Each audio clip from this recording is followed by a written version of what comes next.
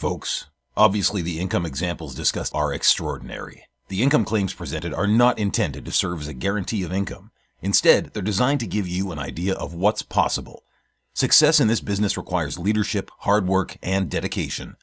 Since we want to help you make an informed decision, we've gone above and beyond with our income disclosure document. If you want to see the average earnings, please visit the page at www.empowernetwork.com/income.php. Okay, ground control to Major Tom. Does that work? Yes.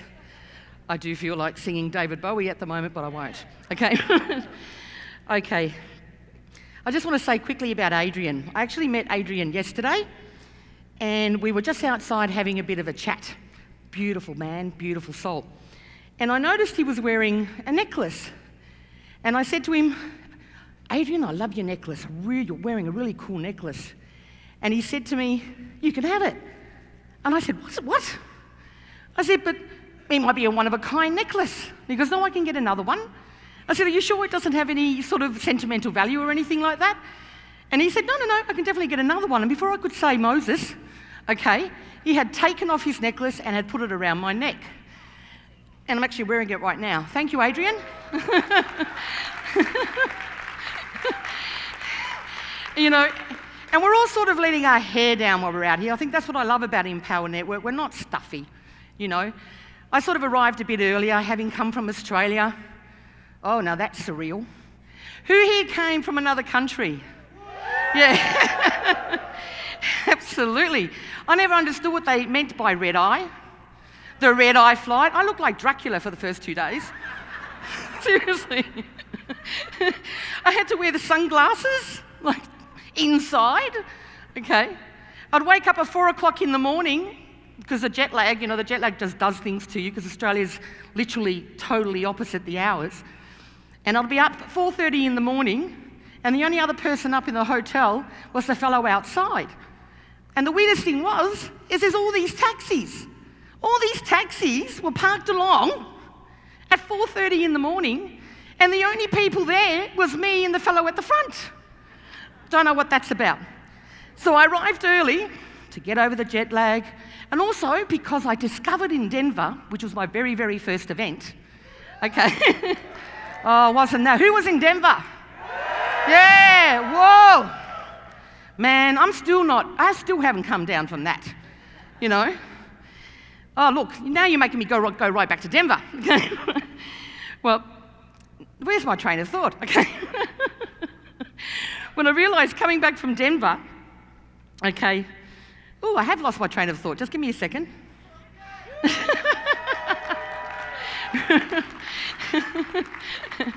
Okay, well, let me just, okay, really what I want to say right now is that I believe words have power, okay? And one of the things that I love about the Empower Network is that everyone's about lifting people up, not bringing people down. And everyone's really conscious of the words that they use, okay? And the reason why I believe words have power is because I think we've all heard the saying, sticks and stones will break my bones, but words will never hurt me. That's bullshit.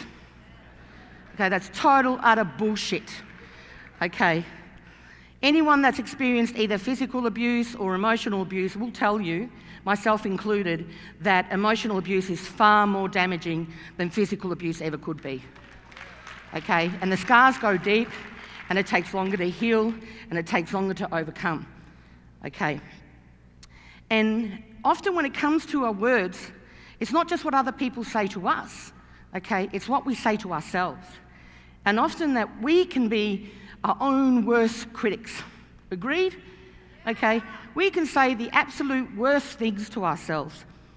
And when it comes to succeeding in anything or achieving anything, what we think, what we say in our own minds, and what we believe, and the words that we use both to ourselves and with others is everything. It really is. It's absolutely everything.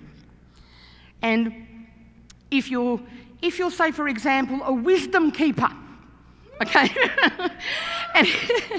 and every now and again, I would get a wisdom keeper emailing me or what have you. Look, I'm, in my 60s or 70s or what have you. Can I do this?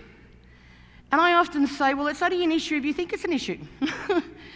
If you think your age is an issue, then it will be an issue, okay? But if you think your age is not an issue, it won't be an issue. I mean, just look at Chris and Susan from the UK. Yeah, look what they're doing, okay?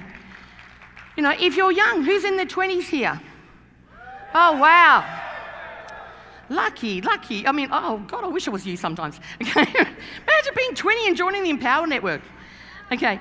If you think you're young and you can't do it because you're just young and you're just a puppy, okay, well, you'll be right again. But then you've got someone like John Penethi. I'm sorry if I mispronounced your surname, John, okay, in the UK, and look at what he's doing. He's like #1 in the affiliate contest. And he's like, you know, barely out of his nappies. Okay? I love you, John. Don't get me wrong. You're my Harry Potter. I always bump into him in the foyer. He's the first person I saw coming in. He was also the last person I saw in Denver. Saw him away and I thought, oh, I love you. I think you're beautiful. Okay. Okay. Oh, there you are. Hi, John. Okay.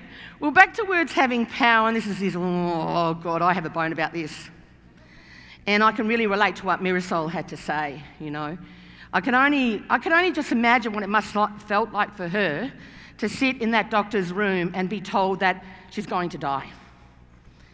Okay. I can only just, my mind blows just even thinking about it. Hats off to Marisol for not bloody well listening to it. Yeah. Hats off for Marisol for taking control of her own future. Of deciding that no, she wasn't going to die. That no, what they were saying was not the be-all, end-all. That she had faith that she could do something about it. Okay. Because it's interesting, we're here in Orlando, and it's almost kind of a magical, don't you think this is a magical, this event? There's like this magical feeling around it, because Tracy was talking about it yesterday, how 2 years ago, 30 people were having a secret meeting, you know, here in Orlando. And that's where the Empower Network was born. Okay? Don't you wish you were one of those 30? Damn! Okay. Oh well, better late than never. Okay. And here we are, like 2 years on, enormous company, this enormous growth. And I couldn't help but thinking where I was 2 years ago and how quickly things can change. I mean, that's the thing. Sometimes when you're down and out or going through a really, really challenging time, you can think that's how it's going to be forever. Would you agree? Every minute feels like an eternity, okay? And I know what that feels like. 2 years ago, now here I am on stage now, I shouldn't even be here, okay? I should still be on a mattress back at home, okay? 2 years ago, I had a follow-up appointment with my surgeon. Who here knows my story? Okay, quite a few of you, all right. Then I won't give you the long version. I'll give you maybe a medium version, okay? Okay, well 2 years ago, I had my follow-up appointment with my surgeon. And the reason why I was seeing him is in January, I've actually lived with chronic pain for 13 years. Who here suffers from chronic pain or lives or manages chronic pain? There's a lot of you. Who here knows someone that lives with chronic pain? A lot of you. Yeah, it's silent. There are people silently suffering all over the world who have lost their jobs.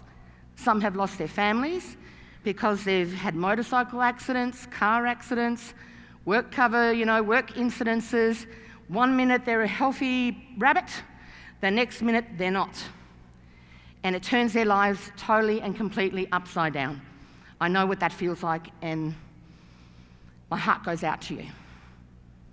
My heart goes out to you because I also know that our medical system, and it really doesn't matter where in the world you are, those that are supposed to heal us or, are meant to help us get better, can also do the most damage just by the words they use. Yeah, the worst damage. In January 2011, I was packing boxes, my books, Who here reads? Readers leaders. Good. I hope everybody's got their hand up. Okay. Brilliant. Love my books. And even though, yes, I've had a dodgy back for years, I lost my job over it, ended up on sickness benefits. That's what got me online, okay? Even though I knew I shouldn't have been doing it, we all sometimes do things we know we should not do, don't we? Who's ever done something they know they shouldn't do? Yeah. I do it quite a bit. In other ways too, but we won't go there, okay? So anyway, I was there packing my books in the shed, and I'm not going to let anybody else pack my books. Okay. Boom. I was trying to get back from the shed, and it was like I was being electrocuted. Got back into the house, I just collapsed. My partner ended up calling the doctor. Our doctor sort of knows me because I've had a surgery for, when I had a prolapse disc, and had surgery to resolve that. They sort of know my history. So my doctor knew that I'd be like stranded out on the decking or somewhere in the house when she got the call. And she came over and gave me a morphine injection to try and settle it, but I didn't settle it. And then what happened then was it was clear that I had damaged my disc again, and I had also compressed my nerves. So what happened was by May, it was January, then May 2011, I needed to have surgery. It was very clear I needed surgery. And when I had the surgery, I was going to say his name, Paul, but not his full name. I don't want to get sued. Okay, Paul actually said he was able to get the nerve out, but it was so compressed, there was a very high chance of nerve damage. And at that time, I was so drugged, you know, I'm like, I wasn't even thinking of nerve damage, I wasn't thinking of anything, you know, I just wanted to sort of get on the road to recovery. I'd had a surgery before that I recovered well from, so I was sort of expecting the same thing. That didn't happen, okay? What happened was instead is like a month after surgery, I still had like this cord wrapped around my leg that felt like I was just getting electrocuted 24/7. I just had radiation and burning in my foot, in my leg, and I literally could not sit, stand, or walk, you know, for any length of time. If I tried to sit, stand, or walk for any length of time, my brain would send signals to my back, and I'd collapse on the floor in agony, and then we'll have to call the paramedics, and they'll have to take me to the doctor to get a morphine injection. It'll be the only thing that will settle it. So by the time October 2 years ago came around, and I was going up for my follow-up appointment, I admit I was really scared, you know. I was really worried. There I was living on mattress to mattress to mattress. At that time, the online business I was running was going down the toilet, okay? I just could not do what needed to be done to be successful. Here's what's really unique about the Empower Network, is you can succeed with the Empower Network working part-time and without having to spend ridiculous hours on the phone. Okay, with most business models, and I've been online, I've done everything, MLM, affiliate marketing, you name it, high tickets. With most business models, if you want to make 10,000 or more a month, you have to be able to work full time, and part of it is because you're going to be spending at least 4, 5, 6 hours on the phone. Okay, but what happened to me is after I damaged my sciatic nerve, is I had to go on drugs for the first time. I've always been able to manage without drugs because I would get relief lying down. But for the first time, there was no relief. Who's ever had nerve pain before, even briefly? I mean, oh my Lord, you know. Wow, okay. There was no relief, so I could only get out of bed because I would take an OxyContin.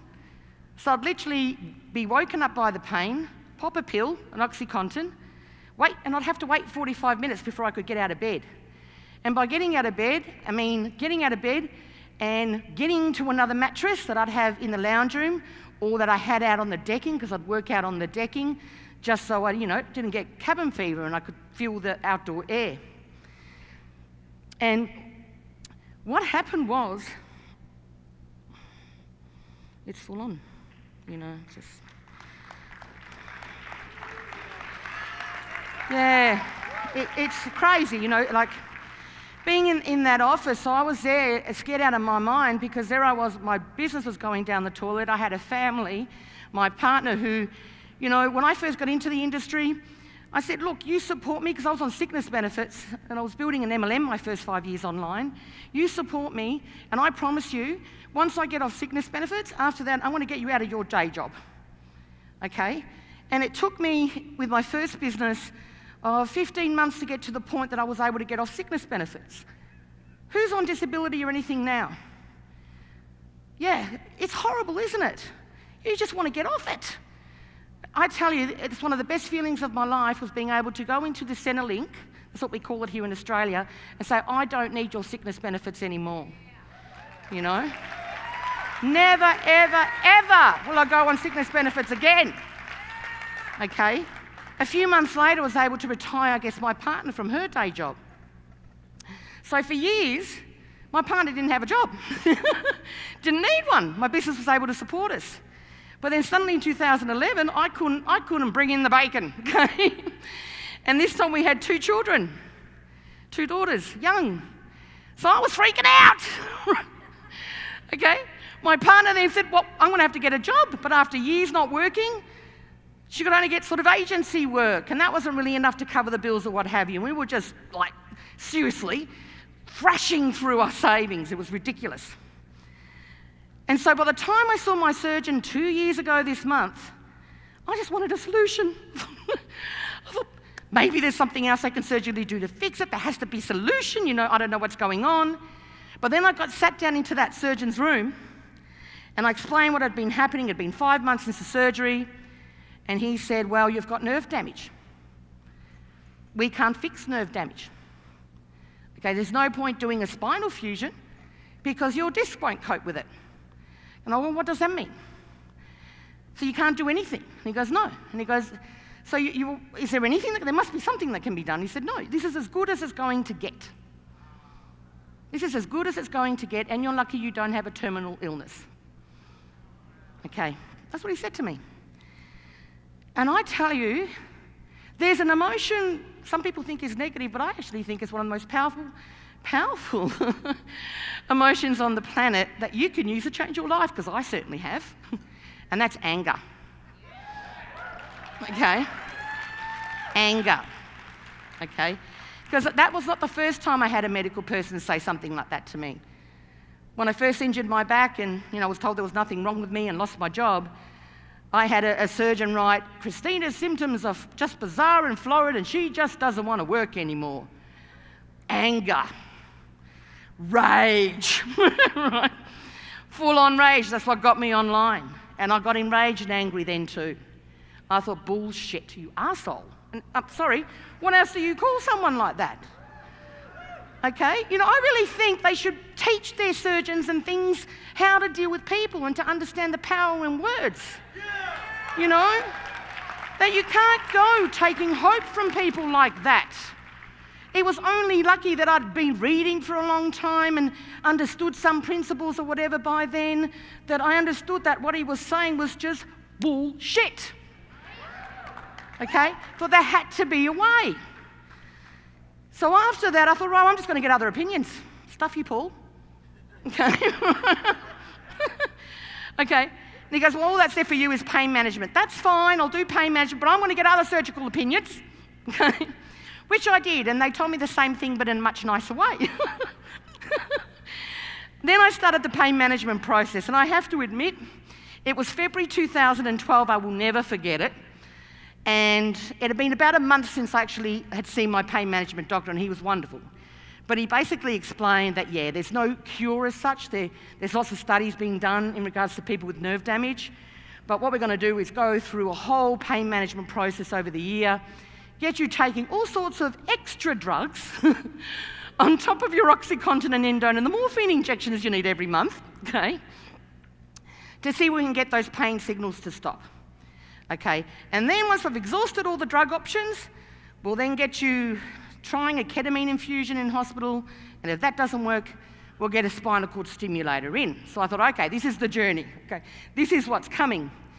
But February 2012, he had put me on a drug called Lyrica. And it made me, I tell you, it made me psycho. Really, just really did my head in. I got really, really depressed. Okay, and I started thinking that my family would be better off without me. I really did. I just thought, not only have I ruined my own life, okay, I've ruined my family's life. My kids were drawing pictures of me lying down, Other kids draw the pictures sitting up. I'd be lying down. Here's me lying down. And I did. I thought, you know, my partner, she's got a partner. She's basically my carer, you know. My kids, I can't even go to the park with them. I can't do anything. I'm even struggling to support my family now. They'll be better off without me. And then what happened was I got off the Lyrica. I stopped taking it. Yep. And then I was outside on the decking one day and I had something magical happen to me. Who's heard my kookaburra story? Oh, not too many. Good, I'll share it with you then. Good. Who knows what a kookaburra is? It's like a kingfisher. Okay, it's like a kingfisher. They laugh. Laugh, kookaburra, laugh. You know, okay. Right. And I love to laugh, but I have to admit, I wasn't laughing much at that time. Okay, so what happens, I was out on the decking on my piece of mattress by the barbecue, feeling a bit sorry for myself. Bess has gone down the toilet, didn't know what to do. What am I going to do? Okay, be better off not even here. Then all of a sudden, this flurry of feathers came like flurrying over and literally landed on the chair next to me, and I was just lying down like here. And this huge, I called him Mr. Kookaburra, I don't know, he could have been a girl, but I called him Mr. Kookaburra, was right there just looking at me. What are you doing down there? Right. So I looked back at him and I said, oh, hello, Mr. Kookaburra, I bet you didn't expect to see me down here. And I expected him to fly away. I thought the minute he would see me, he would fly away. He didn't, he just kept looking at me. Hello, I'm coming to see you. Okay. And there was something about him and his little beady black eyes and his long beak. I thought, I'm going to see if I can pat you. And my partner and kids were inside the lounge room. They were actually taking photos of it. And I got up and I went really close to him. Just imagine a kookaburra right here with his beady little eyes and beak. And he let me pat him.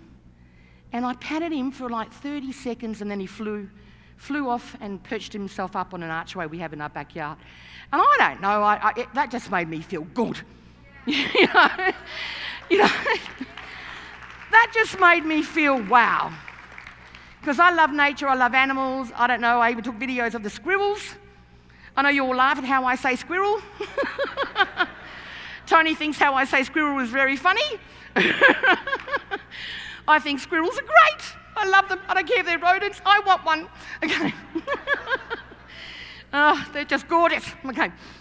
So one of my friends doesn't like animals, and she actually thinks birds, and I love birds, but she thinks birds are rats with wings, just so you know. So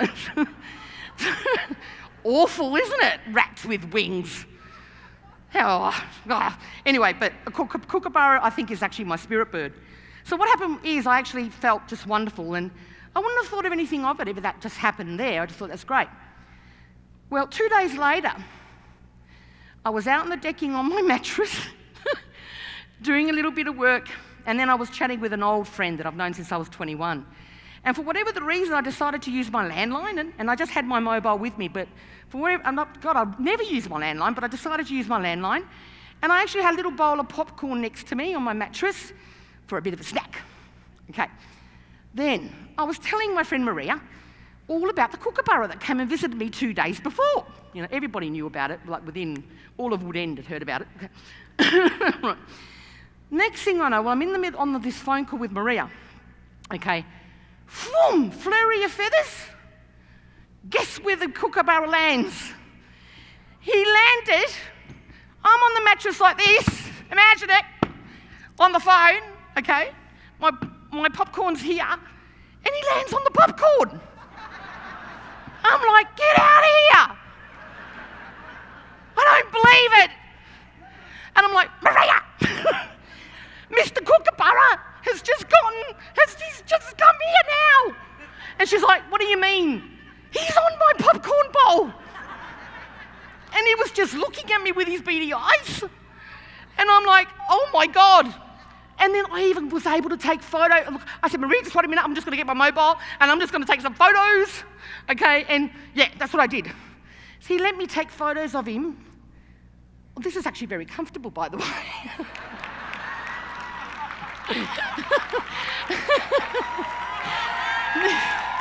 This is how I built my business, people, just so you know.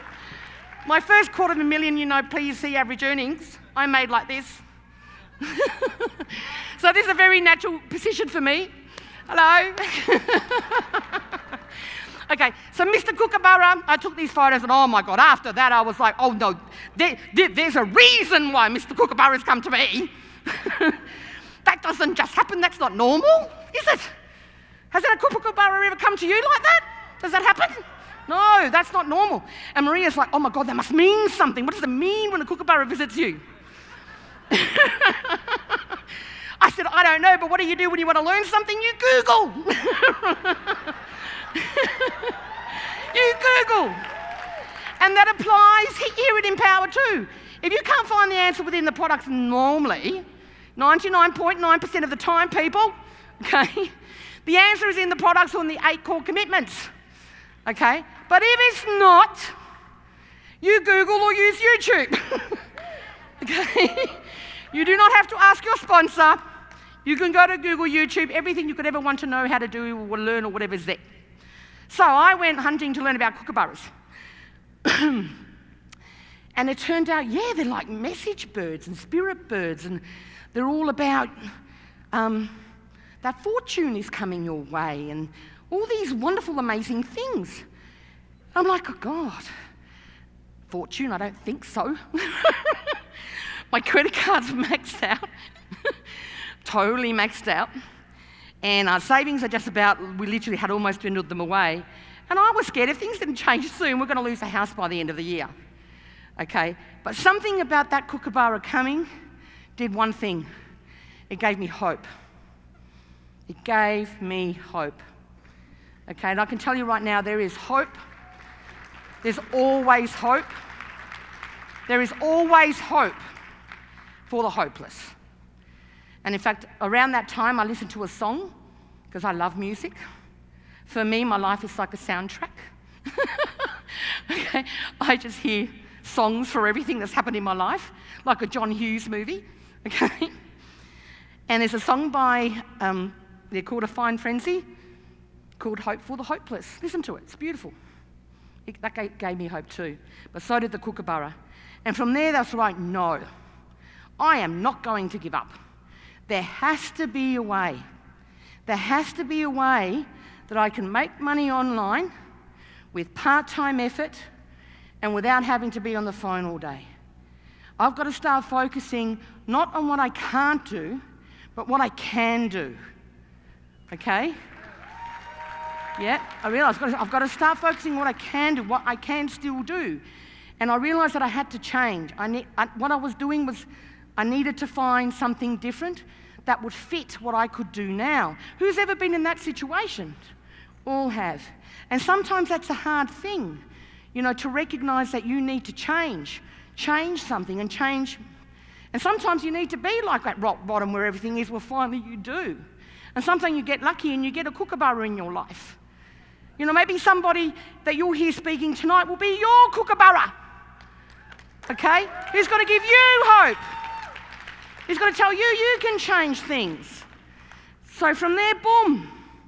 Guess what I noticed? Empower Network. It was March. I'll never forget when I watched the video, because I ignored the Empower Network for 4 months. I just thought it was another flavour of the month deal, and I was still trying to get what I was doing working, with no success. And but then I saw the video, and I don't know what it was. I just got this feeling. Not like John, I actually got really excited, and I just got this sense, oh my, this is it. I heard Lawrence's story about working part-time, and that really resonated with me, and I thought, all right, I think this is it. Now, I didn't join the actual day that I saw the video. Instead, I joined 2 days later, so I will never, ever forget the date. I just knew that this was important. And I joined on March 30th, 2012. And the reason why I joined March 30th, 2012 is that was the day my mother died. Who here's lost a parent? Yeah, okay. I would not be standing on this stage if it wasn't for my mother, okay? I lost her when I was 25, so almost 20 years ago. And her influence on me when she was alive as well as her influence on me after her death, has made me who I am. And I wanted something to always remember her by. And I actually feel she is the one that sent the kookaburra to me. Maybe it's a Spanish in me. We're all a bit, you know. Us Spanish, we have spirits and things, right? You know what I mean. My mother's mother used to visit her, you know, like in her dreams and these things like that. So I joined that day, and I have to admit, I just let go of all ego. I just forgot everything I knew. I just thought, I'm just going to do exactly what David Wood says and David Sharp says. I'm just going to do it. I got it all in right away because I knew, thankfully, having been in the industry for a long time, that your team will do what you do, not what you say.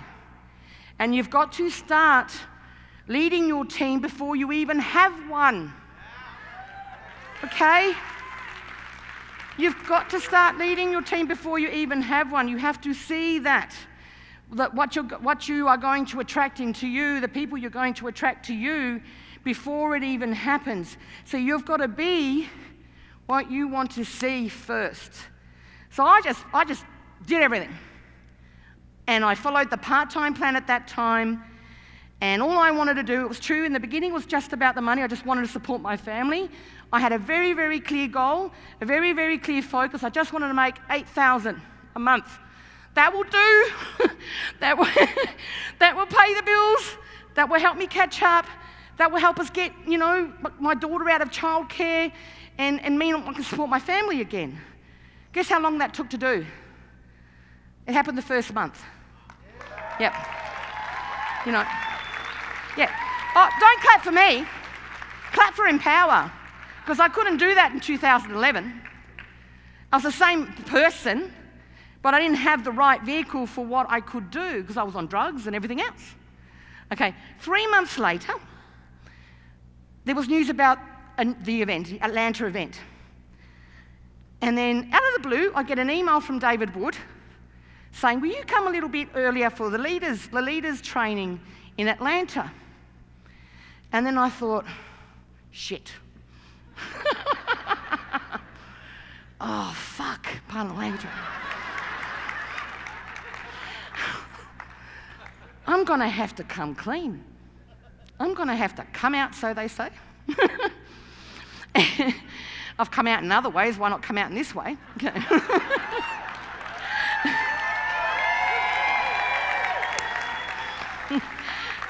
Okay. All right. And let him know what's going on. So I just came out in every single way. Oh, well, Dave, no, I would love to get there. And I mean, of course I would love to get there, but I live with 24/7 nerve pain. And I struggle to get to the toilet, really. And how I get to a medical, well, I didn't tell him that then, but how I get to even my medical appointments, I was like a German Shepherd. Like, my partner would put the mattress at the back of a station wagon, and I'll get in the back like a German Shepherd to get to an appointment. While I was waiting for any doctors or whatever, I'd lie on the carpet because I couldn't sit. Okay, so I just told him what was going on. And you know what I thought would happen? I thought I would get an email back saying, oh, I'm really sorry to hear that. Oh, well, you're doing a really good job. Great stuff, no problem. That's not what happened. He said, will you do a video? I want you to do a video. Oh, my God, I got that email. And I'm like, I never talk about what I live with. I've lived with chronic pain at that time for 12 years. I never really talked about it. It was never really encouraged to talk about it at all. And I don't know if you felt this way, but sometimes when you live with something that you're ashamed of, and I was ashamed of living with chronic pain. I'm not anymore. And part of the reason why I'm not anymore is David Wood's brother, Will, helped me deal with the guilt and shame I had over that. You know. Thank you, Will. I'm forever in your debt. Okay? But I realised after I got that email that, Cristina, now's the time. You've seen David Sharp talk about how he overcame his drug addiction and alcoholism and so on. You've seen how David Wood had the guts to talk about his homelessness and all the rest of it. Okay? And I thought, well, it's time for me to come clean too. And part of the reason why I was scared is I thought, well, if I share that I live with 24/7 nerve pain and I'm on a cocktail of drugs, who the fuck will want to join me? Bye-bye sign-ups. Bye-bye team. you know, but I put my big girl panties on.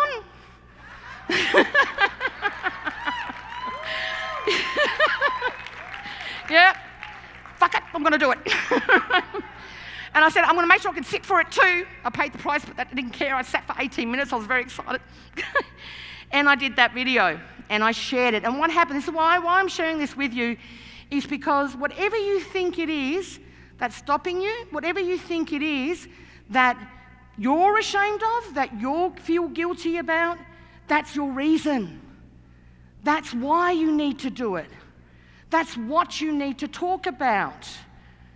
You need to share your story with the world, the good, the bad, the ugly, or what you may think is ugly, because other people are out there that you can change and affect.